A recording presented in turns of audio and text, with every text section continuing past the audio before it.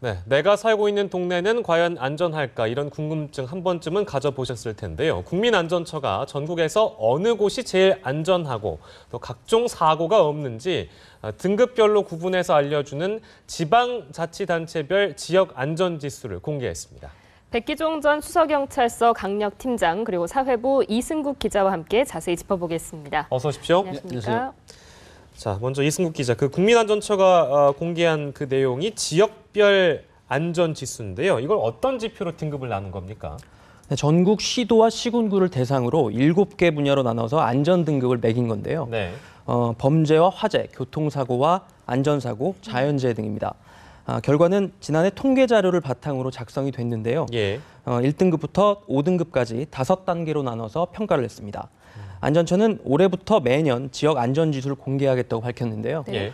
이 지역 안전지수를 공개하면서 각 지자체가 우리 지역에 어떤 분야의 안전이 취약한지 또 예. 어떤 분야를 개선해야 할지를 파악을 해서 결과적으로 우리 사회의 안전 수준을 좀 이렇게 전반적으로 개선시키는 계기가 되지 않을까 기대를 하고 있습니다. 예. 또 이 자료들은 국민안전처 홈페이지에도 지도 형태로 이렇게 공개를 해서 자신이 살고 있는 지역이 안전 등급이 어느 정도인지 네. 쉽게 확인할 수 있도록 이렇게 했습니다. 전국의 시도와 시군구를 대상으로 지수를 발표를 했는데 먼저 서울 지역부터 저희가 좀 살펴보도록 하겠습니다. 네. 지도를 좀 준비를 했는데요. 함께 보도록 할게요. 서울은 어느 지역에서 사건, 사고가 많은지 좀 보시죠. 빨간색이 그러니까 지금 제일 높은 건가요? 5등급? 네, 그런 것 같은데요. 빨간색이 안 좋은 거고 푸른 쪽이 높은 등급을 받은 지역입니다. 노란색은 중간 정도로 보시면 되고요. 예. 전체적으로 보면은 송파구, 양천구, 광진구, 동작구 이런 구들이 높은 등급을 받았고요. 예.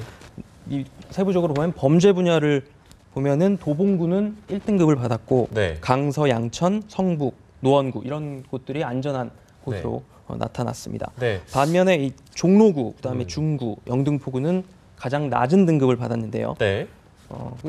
또 화재 등급 한번 보면 구로구와 동작구가 1등급을 받았고 네. 역시 종로구와 중구가 최하위를 기록했습니다. 네. 전체적으로 보면 서울뿐만 아니라 부산, 인천, 대구 이런 다른 지역에서도 이른바 구도심 지역이 낮은 점수를 받은 것으로 확인이 됐습니다. 그래요. 백기종 팀장님, 네. 그 종로는 뭐 그렇다 치더라도요. 저희 그 중구는 잘 이해가 안 되는 게 화재, 범죄, 안전사고 이런 거를 다 종합해가지고 등급을 매긴 거잖아요. 이유가 있습니다. 그 이유가 뭡니까? 글쎄요. 중구 같은 경우에는 사실 지금 등록된 인구가 한 13만 정도인데 예. 지자체에서도 주장을 하죠. 유동인구, 소위 말하면 350만에서 400만 가깝다. 하루 유동인구가. 그렇다고 하면 사실 밤 10시만 되면 도심 공동화 현상이 일어나거든요. 예. 그런데 우선 낮에 주간에 보면 350만 명 내외의 유동인구가 많으니까 결국은 민생, 생활범죄가 되게 많아요. 예를 들어서 사소한 교통사고, 교통 중심지잖아요. 예. 모든 외곽 지역의 사람들이 도심으로 다 몰려 들어온단 말이죠. 예. 그러니까 이제 교통사고가 나는 상황이고요. 그다음에 이제 소위 말하면 생활 침해 범죄라는 게 사소한 생활 영업 이런 하는 상황에서 사소한 시비가 폭력으로 이어지기도 하죠. 예. 그다음에 이제 뭐 임금이라든가 뭐 물건값이라든가 이런 것 때문에 결국 그러다 보니까 이제 주치자가 많아지게 되고 네. 또 야간에는 10시 이후에는 도심 공동화 현상 때문에 예를 들어서 재개발 지역에 이런 곳도 문제지만은 인쇄거리라든가 이런 곳이 대부분 철시를 해버리잖아요. 그래서 화재가 많을 수밖에 없고 또 하나 따르는 게 바로 좀도둑. 야간에 이 좀도둑들이 또 성행을 한다는 것이죠. 그렇기 때문에 이런 부분이 굉장히 범죄 지수가 높은 지역으로 나오는데 사실 중구나 종로 같은 지역은 어떻게 보면 지자체 입장에서는 상당히 억울할 수가 있죠. 왜냐하면 대형 사건보다는 이런 생활 범죄가 되게 많거든요. 하기 때문에 특히 주간에 350만 내에 400만 명의 유동인구는 여기에 따른 그 민생 생활 범죄는 사실 많거든요. 특히 성폭력 범죄 같은 경우는 지하철이라든가 버스 노선을 따라서 전부 가운데로 모이기 때문에 그런 측면이 사실 있습니다.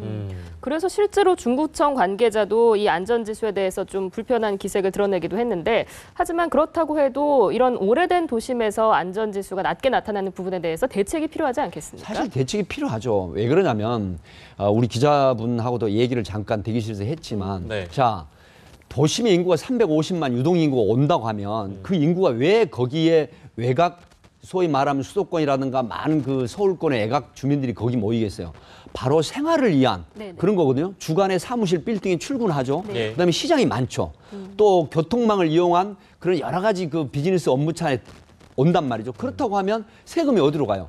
국가로 세무가 들어가지만 지자체에도 세금이 들어가잖아요. 예. 그렇다면 여기에 따른 치안 기관과 합세해서 예. 협업을 통해서 이런 대책도 당연히 거기에 맞는 맞춤식 대응을 해야죠. 알겠습니다.